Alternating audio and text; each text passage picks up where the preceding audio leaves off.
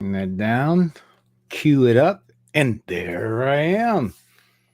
Hello, everyone. Greetings. I hope you're having a wonderful day today. And if you're not, let's get started on making it that way. This is Adam Abraham. I am happy to be here. I'm going to put on a nice little groove, good background thing. There we go. There we go. Actually, I like that. It just puts a nice little underpinning on the moment, on whatever comes up, so to speak. And whatever comes up is pretty much the deal here because I'm totally unscripted. I just go with the flow. I want to see where things, what touches me, etc. And some things do touch me to start because I put a title up here is We Are Our Children's Future. How often have we heard the term that the children are our future? And, it was first introduced in a song. I think Lionel Richie sung the song, I believe the children are our future, blah, blah, blah. And, it's a wonderful feeling, so to speak. However, in terms of practice, our children are the ones who are most dependent on us. They are dependent on people who are supposed to know a little bit about this thing called life because no one comes basically with an operation manual. Okay, no instruction set. We're basically going off of information that someone has passed on to us or impressed upon us as being what is, so to speak. And in the beginning of a lifetime, of a physical lifetime at least, that's all you got to work with. You got to deal with whatever someone told you to be true. They essentially become, I'm just going to say it, God. Okay? Whatever you say, they tell you is what it is, and whatever makes them happy, we're going to be, generally speaking, obliged to follow. Okay? And so we go and have this idea, the children are our future, but ultimately we actually mold our children by the examples that we set for them. And I'm not talking so much about what we tell them. I'm talking more so about what we demonstrate in our own actions, in our own demonstrations, our own reactions to things. And I start this off talking about let's make some good feelings today. Let's do something.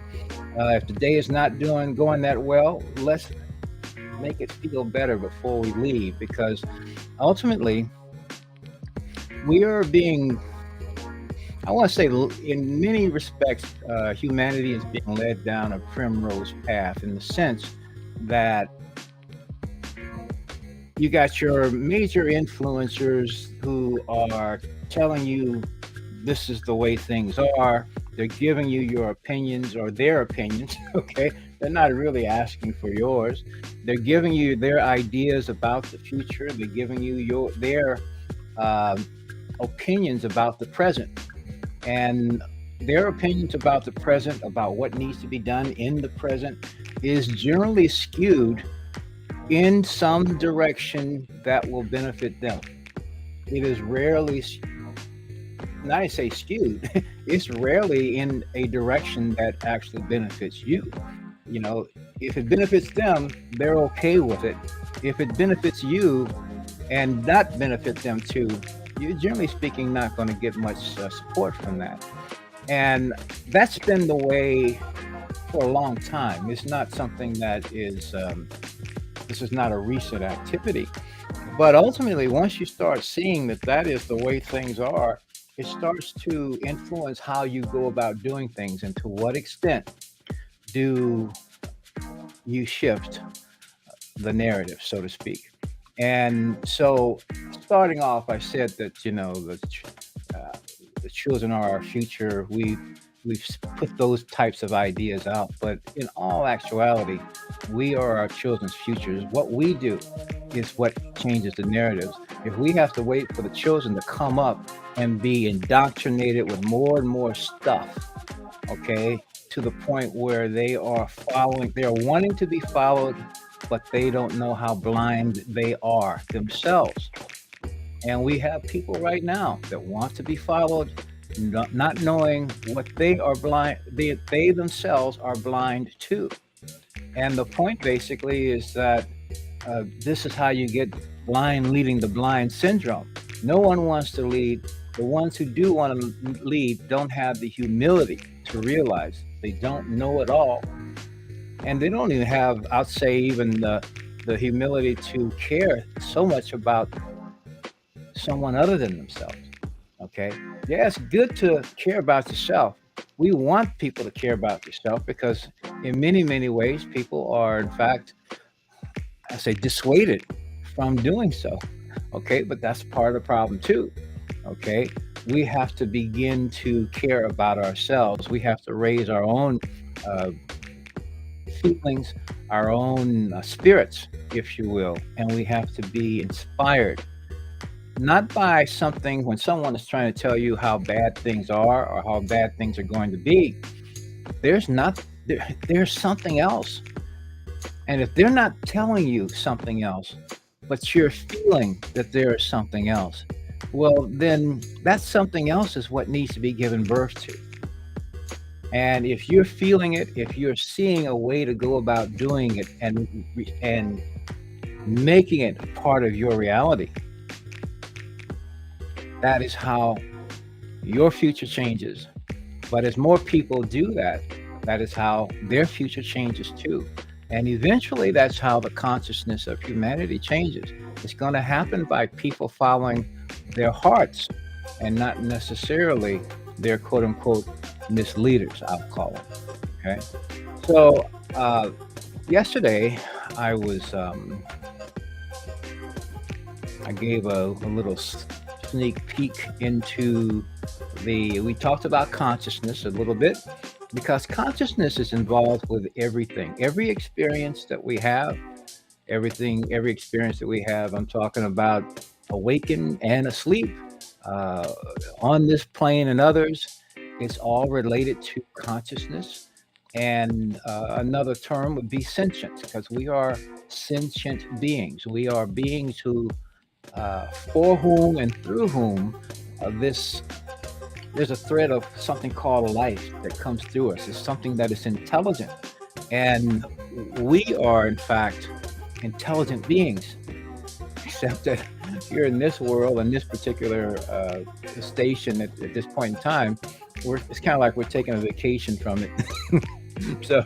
so, however, when you take a vacation from intelligence, you pay a price. It's you pay a price, is what it boils down, and it applies to everyone. So I think in a lot of ways, one of the reasons over the last couple of hours before I started this up, I took I watched a few videos, people making comments about the FTX situation. Sam Bankman freed SBF, and also you could call it O'Leary Gate with Kevin O'Leary getting in front of Congress and then putting his opinion down, and people are all commenting back and forth about it, and they still not asking sufficient questions, at least to suit me, at least. And the questions have to do with this: who is invited to go in front of Congress to talk? So SBF was going to, scheduled to talk along with the person that replaced him, the CEO of new CEO of FTX, a person who is, you could say, I don't know if call it damage control, but the one that's going to come up and sweep all this mess up and try to make something out of it. But that was disrupted fairly quickly the day before when SBF was taken into custody. And so people are talking around, and there is spin influence. No one can control how you feel about things, but they can certainly try to influence you. So here, instead of SBF being there on the stand before Congress, you get someone who he essentially paid to shill for him to promote. Now you talk about a shilling. In fact, the viewer that was on yesterday, who and I didn't. There's no offense whatsoever taken, but when he talked about shilling for drip, I don't consider what I do as a shill. But when when um, when you paid $15 million to have a position, that's a heck of a influence to have a specific attitude toward the thing that you're talking about, whatever it is, the idea, the company, whatever it is. And so he was doing that. Then he paints himself, I'm talking about he being Kevin O'Leary, paints himself as a victim of this situation, someone who had been apparently maybe even duped by this, and someone who had lost some funds. But he essentially only risked about two-thirds of what he had been paid, and so he lost that. But even after all this was happening, he was in a very interestingly, a neutral position with regard to the to SBF himself. Instead of seeing what this guy was doing, had been doing, seeing clearly what had been going on, he was wanting to cast aspersions and point directions of culpability into the direction of the head of Binance. Names they call him CZ. And here, that guy's got his dots. He's got his ducks in a row, and he's running a ship that actually works, and he's doing it. It's functioning quite nicely, and yet they're still actually trying to direct attention there. Now, why would they do that? Here is O'Leary trying to say, well, this guy is the cause of it, totally blind, and he's not really blind, but he's totally ignoring the actions that and the relationships and the way that SBF and his accomplices actually did their activity. Okay, and the other part of that, though, has to do with Congress itself. How is it and why is it that they only brought in people who had a specific perspective, a specific bias? Why is it that they were not listening to or bringing in people who had an objective and looked at the whole thing? Why was not CZ himself, for that matter, since he was being accused, why was he not given the opportunity or invited to actually speak for himself? These are the things that, people sit there and watch this drama go on, and they're only hearing a particular bias, because the people generally who were hearing all of these things are part of a Congress that has not seen fit to talk to each other over the last 2 years, simply because one group decided they had the power and they didn't need to talk to the other group. They didn't need to work with the group. They didn't need to cooperate with the other group because they had all the votes they needed right then and there. They could bring up the quote unquote agendas and the things that they thought were necessary. They thought up a whole bunch of things that no one else, I mean, the people themselves hadn't thought of. And people have been reeling over all of that. But on this particular subject, apparently the members of Congress are bipartisan, because it was all about trying to come up and build a use case or justification for regulation of this quote unquote crypto space, for command and control of it. And so they're just as much to be questioned as anyone. And I often see that no one's questioning, no one's noticing that. No one's calling them to task for the biased, um, certainly impartial. Here, Kevin O'Leary is basically trying to keep attention away from his own culpability in this particular operation. And maybe he's not trying to. Maybe he is continuing because he is an actor. He is a member of the Screen Actors Guild.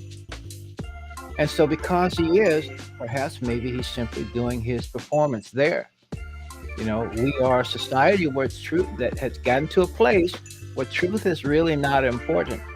If you really are concerned with the truth and want it, you listen to the whole situation, you listen to all sides, and you start seeing where things stand up and are supported, and where other things, other factors they fall apart. They can't hold water. And this stuff here is not being done. What they're showing on the TV or on video, whatever, those activities aren't being done. Only one side of it. Then I see these other, some of them are YouTubers, and they're giving their opinions about it, and they're all trying to say, well, um, I don't know. This is what you should be thinking about it. If someone's telling you you ought to be thinking about something, and they're only giving you part of the story, that's start cutting those ties. And see, all of this is important too, because I said, we are our children's future. Uh, what we do today affects their tomorrow. It'll be there today for them, but it's what we do today that affects it. And the truth we don't care to look at, whether it's inconvenient or not, uh, then it becomes something that it becomes buried in the myth of their day that they still have to deal with. And the other thing about it is that when you're listening, I look at um, some of the headlines. It's all about crashes.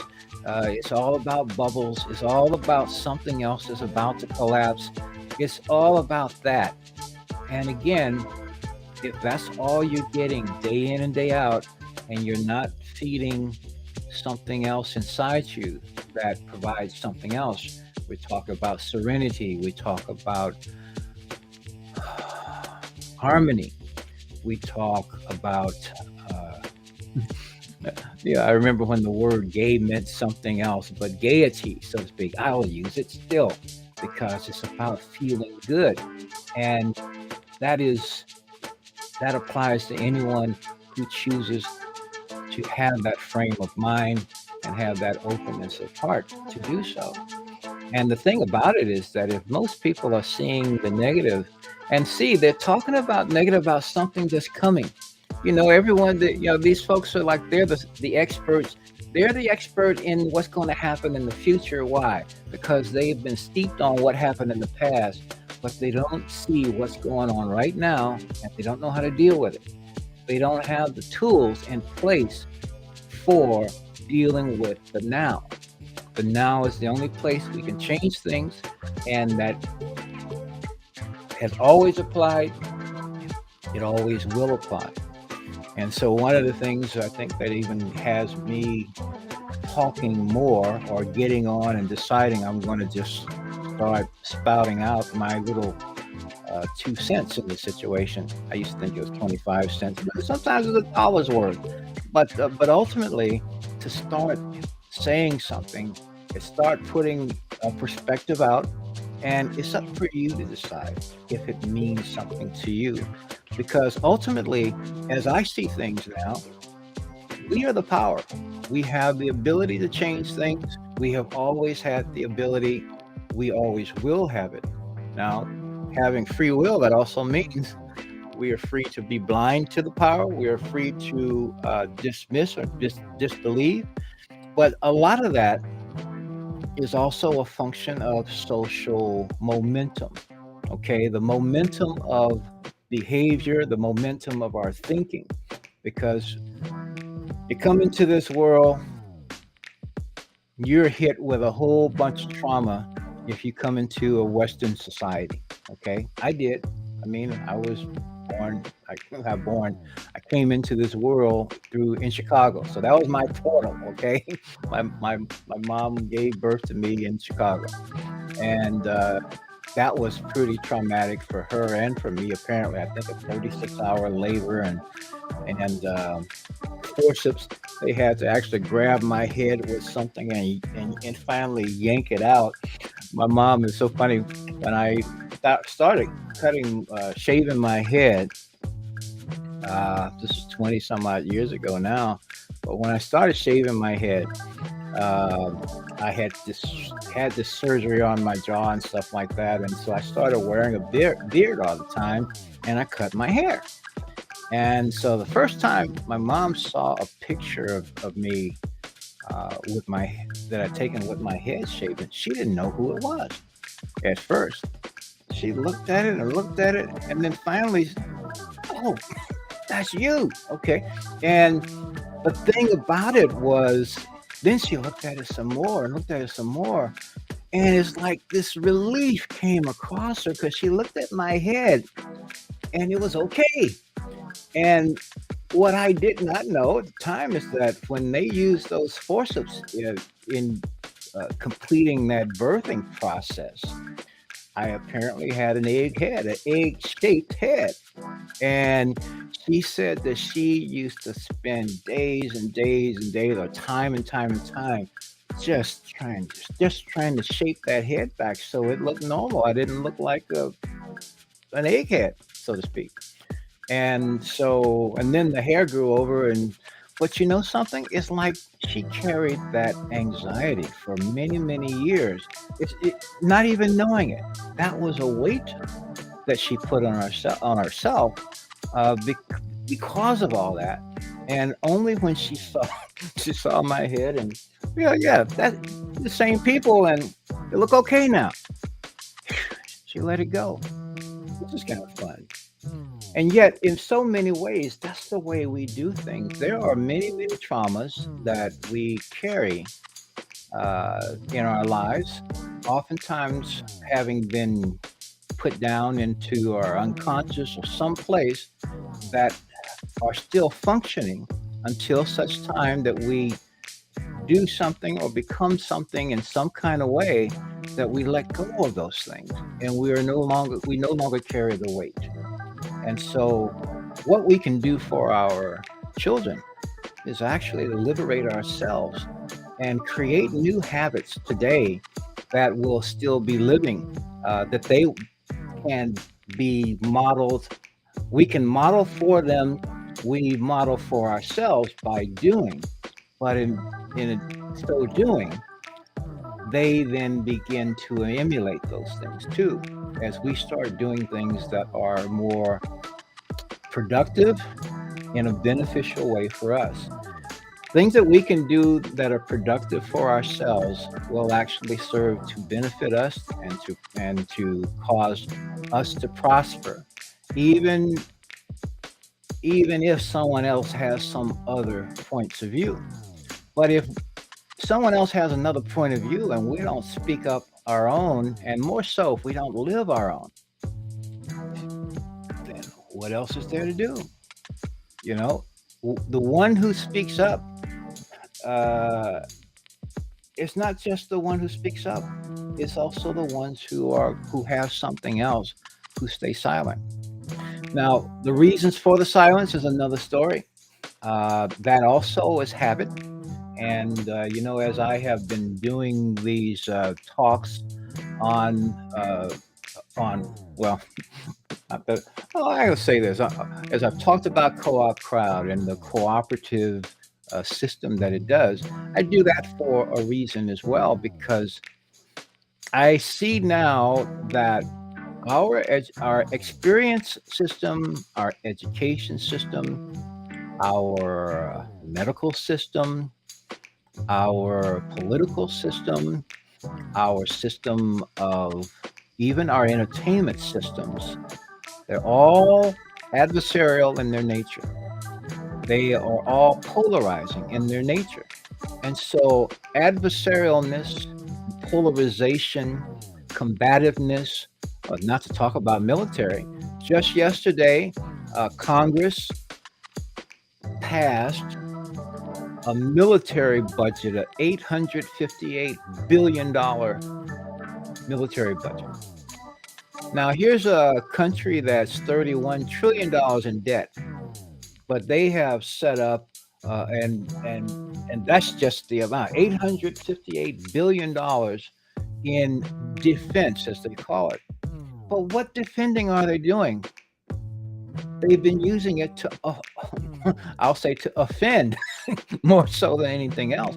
They've been offensive in this activity, and yet no one says anything about it. No one. It's just, oh, okay. You can't. This is bipartisan too, and you start realizing these funds, that value, okay, that's going into this, because since Congress doesn't operate on any kind of level of fiscal responsibility, something that you and I are supposed to do. You're supposed to make everything balanced, right? Heaven forbid you don't. But here, these folks are supposed to be leaders. This is supposed to be Congress. And do they? Do they live within their means? They're living in a fantasy. If there's not a commitment to living within your means, we're talking about, again, what example are we setting? Then there's no example. People are not seeing that the folks that they're supposed to be respecting are living within and having a fiduciary position where they're actually caring about the trust that has been given. I don't know what trust is in Congress, but if you don't trust them, then they shouldn't be there.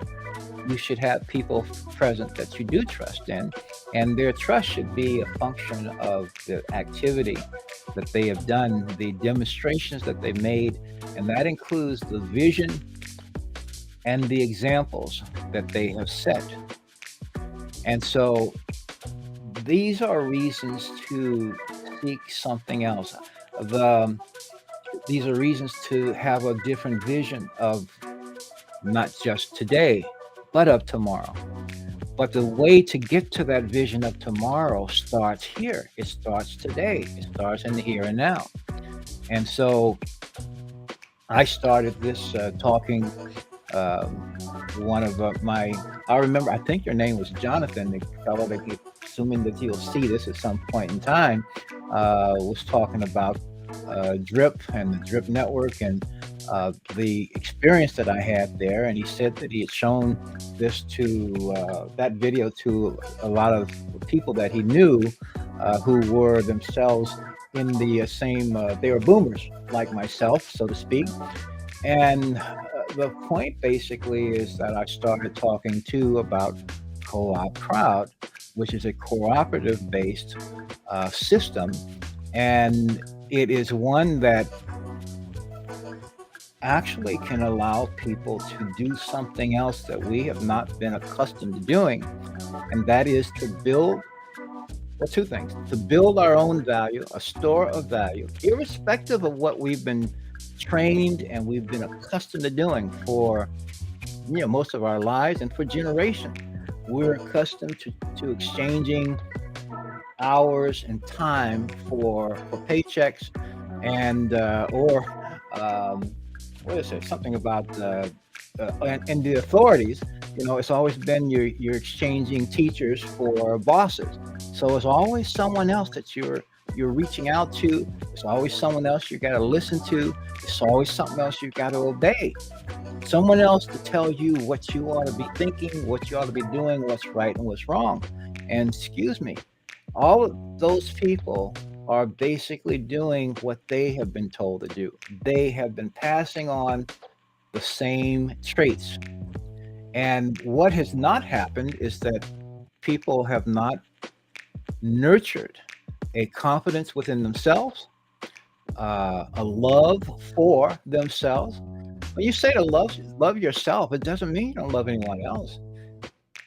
It means that's where you start. Okay, if we're talking in linear terms, you have to begin by practicing whatever your concept of love is on you. You treat yourself the way you'd have others treat you. Now, if you treat yourself terrible, that's one thing, but that may be your standard of interaction. But the point is that there are certain things you have to be. You talk about self-sufficiency. It starts by being loving to yourself because that's the one thing that everyone has. Now we've been taught and become conditioned to the fact of being real conditional on how we exchange and share our love with others. But ultimately, when we ever snip or constrain that channel of love that flows through us, we are the first, um, I'm going to use the word victim of the constriction. Okay. It has an impact on everything that is meaningful, including and perhaps most significantly our imagination, our view of life, our view of ourself, as well as our vision of what's possible in the future. It even includes our willingness to listen to someone else's vision, which you don't really want to have happen. But because we have been worn down psychologically for so long, and institutionally for that matter, in so many different ways, we've been worn down by people and institutions that we have trusted and listened to and grown. We think supposed or here for our on our behalf, and so by so doing, um, we listen to the advice of others who really don't care much about us whatsoever. So the first step in change has to do with building up your own sense of your own value because we don't have, it's not just our value. We are powerful beings, except if we entertain weak thoughts, weak states of consciousness, if we habituate weak states of consciousness. And that's where that map of consciousness comes in. The power versus force that we talked about yesterday. And I will look for that while I'm doing this because there it is there. Boom, I can do that. And I'm going to just bring that up because that's where we were last night, yesterday rather. This is the map of consciousness that was first introduced by David R. Hawkins. He was an MD and a PhD. He wrote a book called Power versus Force. And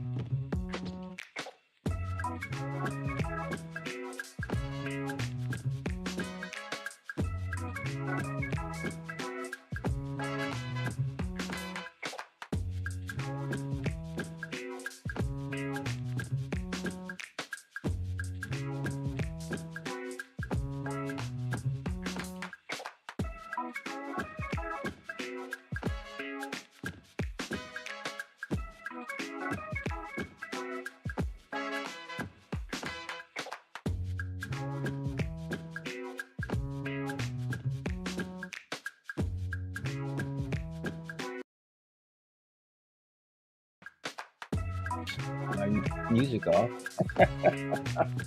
All right, okay. So let's try this again. I know what I stopped doing was sharing my screen, but now I know what happened here. So we're going to open that up.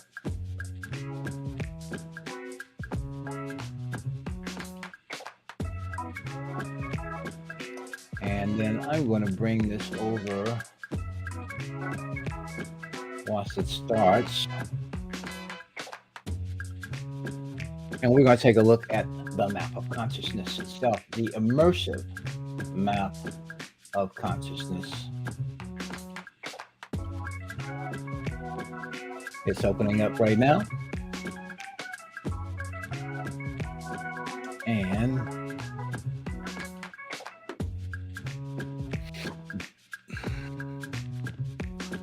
getting it in place. Oh. Gosh, there's something else I can do. No, I'm going to stick with this. There are some ways of moving around with this that I would like to do, but there we go.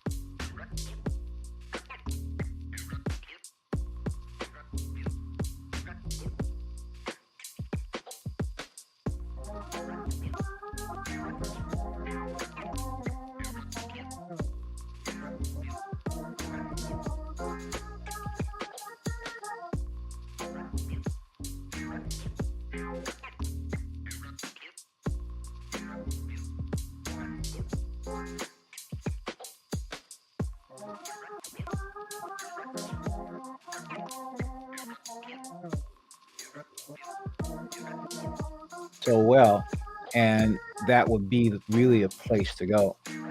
So I would recommend reading Power versus Force, and I have both books. In fact, I'm reading the Map of Consciousness Explained now, but the it Power versus Force had a lot more richness to the explanations because he also talked about the tests that they did um, to come to and with these concepts.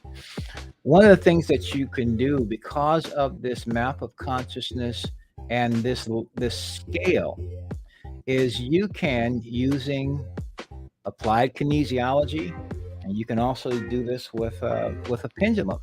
But you can essentially calibrate anything. So you talk about truth versus falsehood. You can determine, where truth is with these tools. First of all, with the map, you can simply see for yourself where it's likely to be, for one thing. But the other thing, and this is probably one of the other insights that I've had recently, and it has to do with truth. You'll notice on the map of consciousness, on David Hawkins' map of consciousness, and therefore on mine as well, you will notice the word truth isn't anywhere. Okay, and that's interesting because there's this other book that I have just read recently, and the title is The Impersonal Life. It's by Joseph Benner, Benner, and this particular book was published in 1914. And in the same way that, or in the way that we see ourselves as having a personality or being a personality, however you want to say it, when you start looking at the traits of your beingness is as a person or a personage, and most people, they don't think, well, we think of ourselves just that way. Okay, we are a living being and we have some specific character traits, and those character traits are associated with what we call our personality. Well, it turns out this gets into the existential, though, because now I wrote a book some years ago, and we're going to talk about that at some point in time. It's called I Am My Body Not. 20 some odd years ago, that was kind of a popular way of doing things. So I really date that book, but I published it. That's the title, I Am My Body Not. And it talks about the body itself. It builds a wonderful, I feel, a wonderful regard for what the body is, what it does.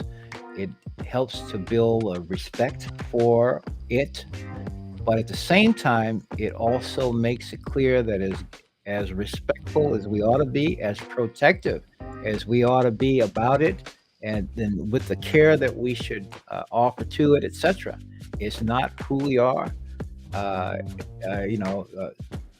part is not the whole, and the whole of the body is not me. And ultimately, our personality is typically associated with the body, but our personality is very much molded by the thoughts and the ideas that have been passed on to us or impressed upon us over the course of time, as well as the experiences that we have had. And so the body, the book is called I Am My Body Not. And I talked about Joseph Benner and his book, The Impersonal Life. And as we have a personality, getting to my point, we also have an impersonal aspect.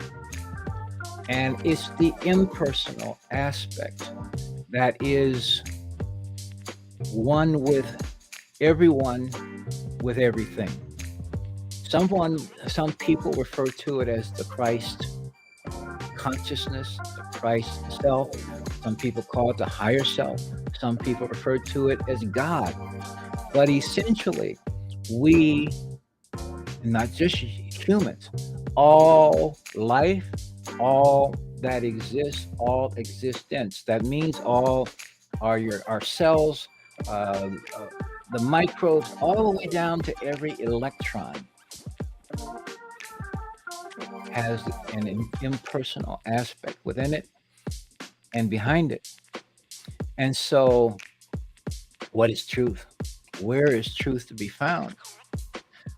Truth is to be found by going within to listen to and hear from the impersonal part of us all. That is that was a major little piece of the puzzle for me. Not that I didn't know this, but it was presented. It has been presented so eloquently in Benner's books. I'm reading another one now because I did complete that book, The Impersonal Life, and I read some other booklets that he wrote. And I'm reading one now called Key to the Kingdom, I think it is. And so, and it reads, it's considered a religious book. And while I don't claim membership in any religious organization, I am a member of life. I'm a living being. And so the dynamics of my beingness connects me to all of these things, as it does you. My believing or your believing in these types of things. Some people think that they are their physical form, and that's where they are. They wonder, is there any life outside of or after the passing of this form? And we've really created an unnecessary anxiety over that because we're not confident in the fact that we are living immortal beings. We are consciousness. We are something that's connected to the source of life. And in fact, we are expressions of it. Each one of us is. And so I'll put it this way. What science has determined so far is that energy is everywhere in everything. Everything that exists is energy. Different word, same kind of meaning. And they also discovered and they've confirmed that energy cannot be destroyed. The only thing they can do is change forms. So here it is. Energy is everywhere and everything. The impersonal is everywhere and everything. Energy cannot change form. It cannot be destroyed. It can only change form. We who express ourselves through these forms, first of all, by one way or another, we get to a place where we've used it or used it up or something. The energy that fills it, that imagined it in the first place, it's actually us. We imagined it. It was created for the purpose, for one thing, of doing something and creating a view, creating a reality, or creating, some people talk about heaven on earth. And the people who are talking about, what's, 2030 and 2050 and stuff like that, that's not in the now. The future that they articulate or that they speculate upon or they promote is not the same that makes my heart sing. So if I'm an instrument, as everyone is, that includes those folks who have different views, okay? However, it's a question of who is, I want to say, directing the show, okay? If someone is looking at only part of the picture and acting as though it's the whole, well, they're not someone I want to be listening to, or so for that matter, I'm not going to be listening to. But ultimately, and I started this talking about the fact that truth was not on this map of consciousness image. The closest you get there is trust, but truth isn't there. And the point was and is that truth, you go to the source, you go within, you go to the impersonal which is connected to everyone, which guides, which I can't say guides, but certainly is present and available to everyone who chooses to quiet their own mind, to quiet their anxieties and everything else, to listen for that word, so to speak, that direction, and also to act as that uh, intelligence suggests is the best way to go. It's an inside job. And so these become, oh, there's trust right there. So trust is a 250 thing, but truth again is not shown here.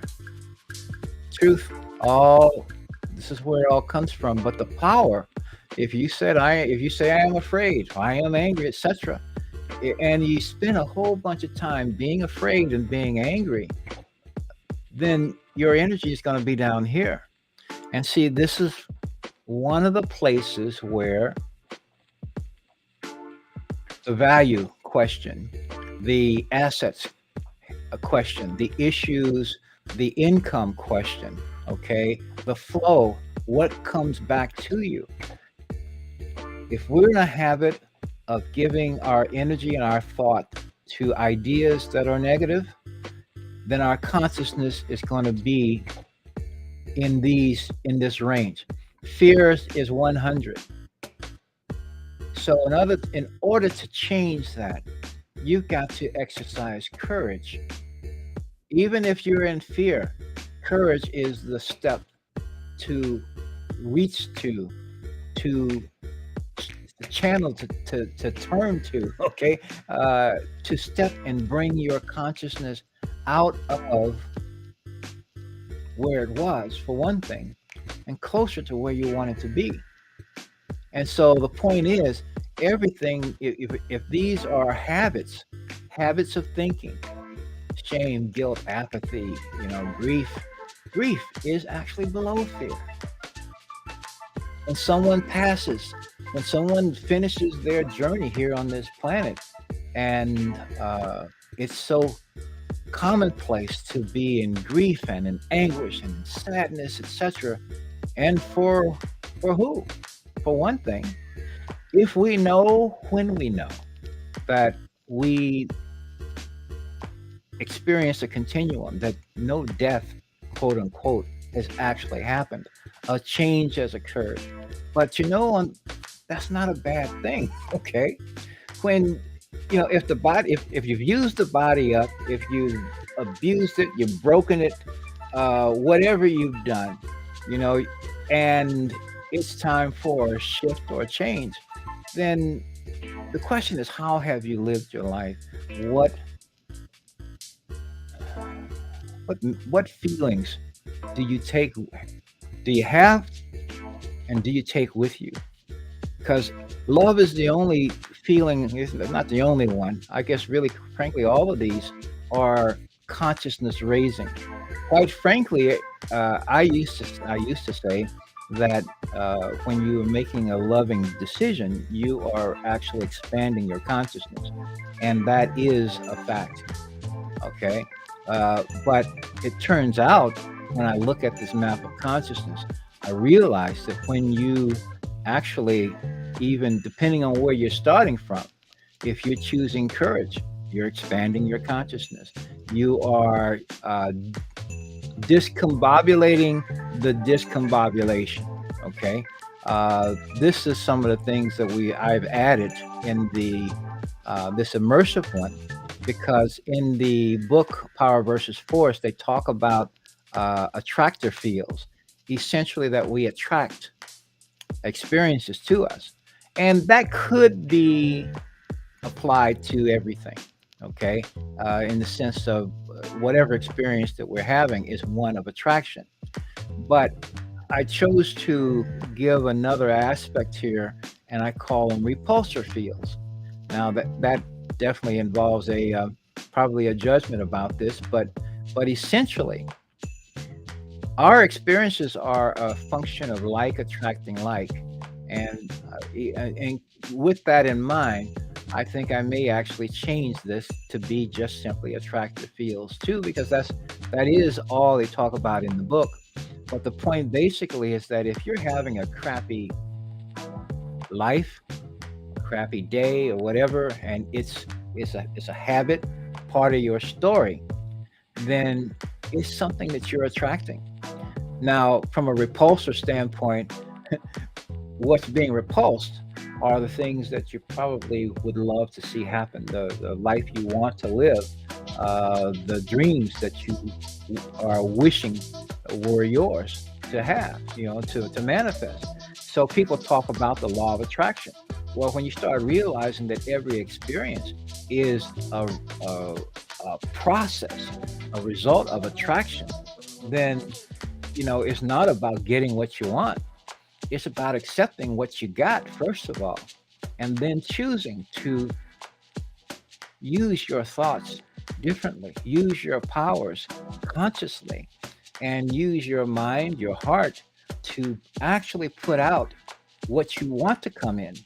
We're at a point where we are worried about things that are not here, and we're fearing that they might come and acting as though they have. When in fact, when they do come, that just reinforces it.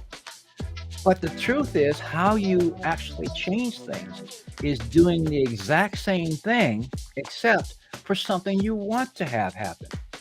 Something that you have not yet experienced, and because you haven't experienced it, it's not familiar to you, and yet you have the power to imagine it within yourself.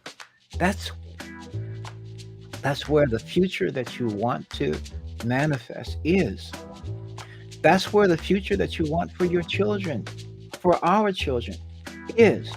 And I'll say this: if you are, in fact, an immortal being, if you are, in fact, one who does not die, but transitions when the body is no longer um, valid or able to continue to support the energy that you are, the life that you are, whatever you want to say it, and you release it. This is simply releasing back to planet, to the earth, uh, what was on loan. Okay, this has all been on loan. And I've got friends who want to take their bodies with them. They want to do. They want to have go in a burst of light, and they want to carry their bodies with it. Good for you. I have no need for that. I have no need to maintain the personage, the personality. There is an impersonal part of all of us, and that is where our power is. The idea of each of us is a perfect idea. It's a perfect pattern of energy. This is why bodies heal when they are injured or some dysfunction occurs. It's because the pattern, the energetic informational pattern that is you, the living you, is perfect now. It is always perfect. It will always be perfect. But because of that, and because of its connection to the more dense part of ourselves, meaning the physical aspect, that is how it just continues to reform itself according to the way, to that unchanging pattern, that always perfect pattern. So that part is not physical, but that part is what influences the formation of the physical. And when something is off, and off is a kilter, so to speak, it's because there's been a distortion one way or another, or perhaps a myriad of ways or others that has caused a deviation from the clear and correct transmission of information from one, you can say, plane to another. So these are things that are about this map of consciousness that I think is really helpful. It's a great tool. I'm actually I'm planning. I think I'm gonna make this into an NFT. Finally, start moving into the NFT realm, but it's going to be with this, uh, and they will be available. These are great talking points when you start looking at where do I spend most of my time in thinking. Am I spending time in the future? Am I spending time in the past? Am I reliving, rehashing things? Do I obsess over things that I feel bad about and I rehash and rehash? Or do I spend time literally thinking about the things that I want to manifest? Do I spend time putting out what I want to come back? And this is a place for a co-op crowd moment where, in fact, where people can. I realize when we've got so many people who are accustomed to disappointment, accustomed to anxiety, accustomed to expecting something bad to occur, accustomed to not believing the good that they want, that they sincerely desire, is theirs to experience. When you have so many people who for whom that is the default way of thinking, then they're not going to permit. They're first of all, they're not in vibrational resonance with abundance. First of all, so they're not in vibrational resonance with what's called wealth. And again, wealth to me is not simply about money. You don't have to have money to be wealthy. But if you want to have the experience of it, if you want to have the experience of literally having enough to do what you want, when you want to do it, no matter how much it costs, most likely, unless you're doing it already, it's not going to happen in with the ways, the methods that you are doing and using right now that you're familiar with.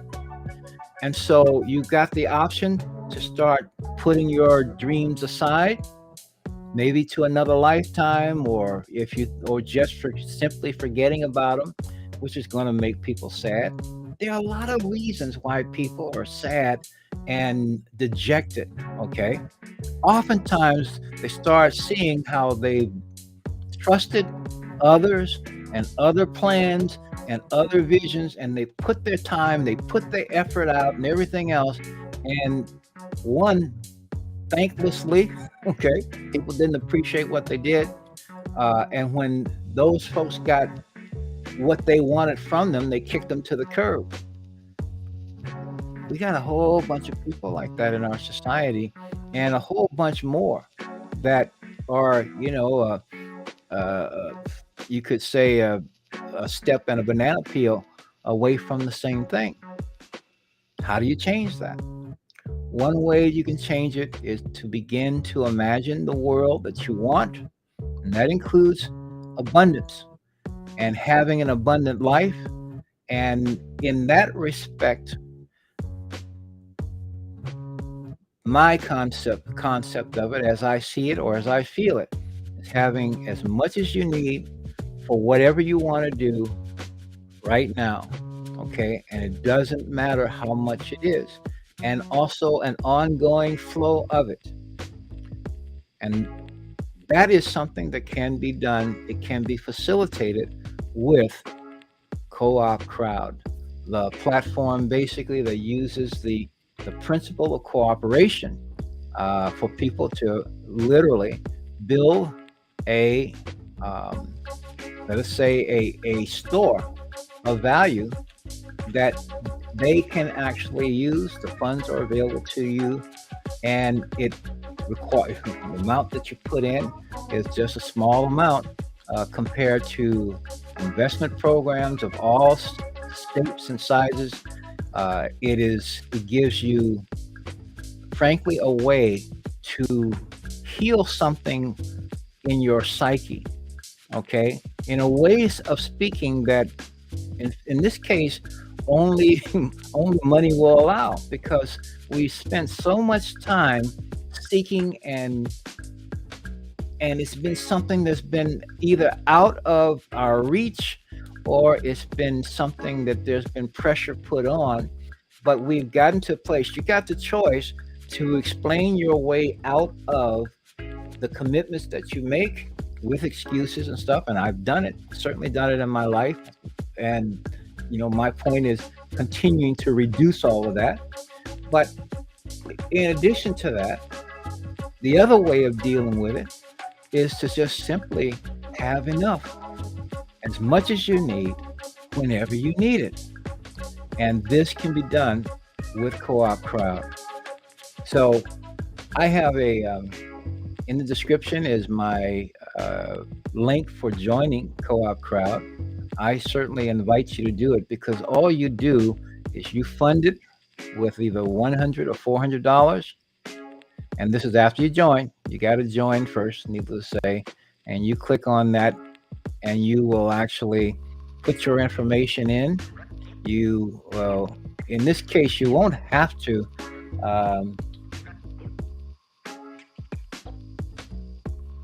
You won't actually have to put that in. If you click on that link in my description, this will already be put in. So you won't have to do that at all. But you click that after filling that in and go next. And then you're in, first of all. The next part of that is once you get in, is that you will actually come in, and you'll see some boxes here that will say to activate. And so you can click on the Co-op 25 activation, and you will get to a place. I'm going to show you how to do this. I'm doing it the other way because you got to buy tokens. If you click the red button, you'll come to this screen. And if you're doing $100, you're going to do this, put in number 3, and you click on next. And then you can purchase using, well, you're going to have nothing here. So you can purchase with cryptocurrency if you have it, or you can purchase with a credit card. The other thing you can do, and I will show this. I'll do it on the other one. We'll do it on the Co-op 251. So if I'll click on buy token again. The Co-op combo is what we're talking about. In this case, when I say for about $400, you just select one here. You click next, and now you're going to make the decision to purchase. And you can purchase with a crypto, same type of situation. You'll create an invoice, and you see if you're using USDT, it's 397, just under $400. But you can fund it with a long list of cryptos. Okay. You can also, that's what the other thing I wanted to say about this. There's also something that you can do, and relative to funding your wallet, you can also use MetaMask, and you can purchase crypto right in MetaMask. And see, I don't have a whole bunch in there, but you can just click on buy, and from there you can actually use, if you have Coinbase, you can do that. I've used, and I do use, I'll say this because I've done this several times now, MoonPay. And with MoonPay, you provide the information that they ask for. You got to do that one time, But once you give that information, you can use your debit card right here to buy what you need in order to fund your account. And so these are some avenues. Oftentimes, you need to go to an exchange. By doing this, you don't even have to go to an exchange anymore to actually make a purchase to get the tokens that you're going to need. You will get with the combo 3 co-op 25 tokens and 1 co-op 250 token. And the co-op 25 tokens, the three, are what you're going to be using to invite 3 people to join. And the point is, before you do this at all, be of a mind that you're going to do this right away. So one of the first things you're going to want to do, and this is something we can not only talk about, we can plan, we do this together, but you schedule a VBR, what's called a virtual business review, to show the presentation to people that you have in mind and that you want to invite. And you want to give your token or sign your tokens to 3 people who are going to do exactly what you did. So all you have to do, and as a step one, the second step is basically to support them in doing the same thing that you did. So you learn on the first part as you're receiving your 3, you're funding your account and everything, and then you demonstrate on the second side where you're helping others to do just what you did. But in this case, you're doing this with 3 people as they send 3 out, and that means 9 more people that will all be connected to you. And then as they do that, 27 more people will be all connected to you, 9 to the ones before that, 3 to the ones before, directly to them. And that process continues. So with all of that, I'm keeping that because there are some presentations on CoopCrowd, but I have this point of just wanting to talk this stuff through and talk it out and show it and invite you to join. But I know there are people out there who want to experience more. We're not done with dreaming. You don't have to be, I'll put it this way, to be in your 7th decade doesn't mean you stop dreaming. When you stop dreaming, quite frankly, you could be in your 3rd decade. And if you've stopped dreaming, you've already given up. So we've got people who are doing a lot of that too, because they're listening to the fears and misdirection of people who have their own agendas and their own priorities. And those priorities are not the ones that they are basically saying, as far as to the public is concerned. And on the other hand, we're not listening to that impersonal voice within us. And the more you listen to that, and the more you decide to get in alignment with that, the better things will be for everyone. Okay? Starting with you.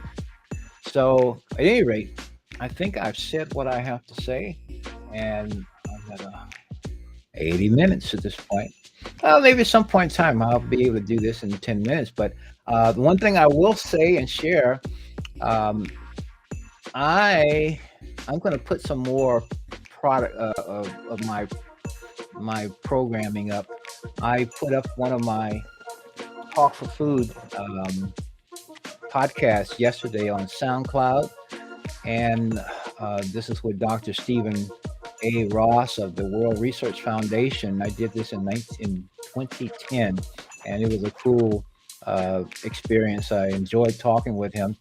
And I'm also looking to have guests on here too. Won't stay on here all by myself all the time.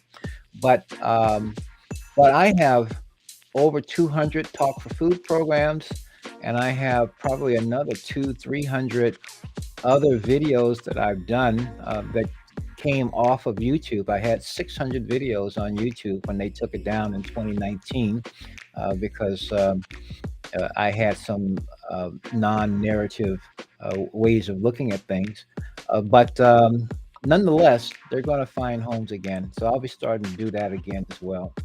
But in the meantime, I'm going to check out for now. I want to thank you, whenever you see this, for joining me. I thank you for caring. I thank you for the love that you uh, give more and more expression to.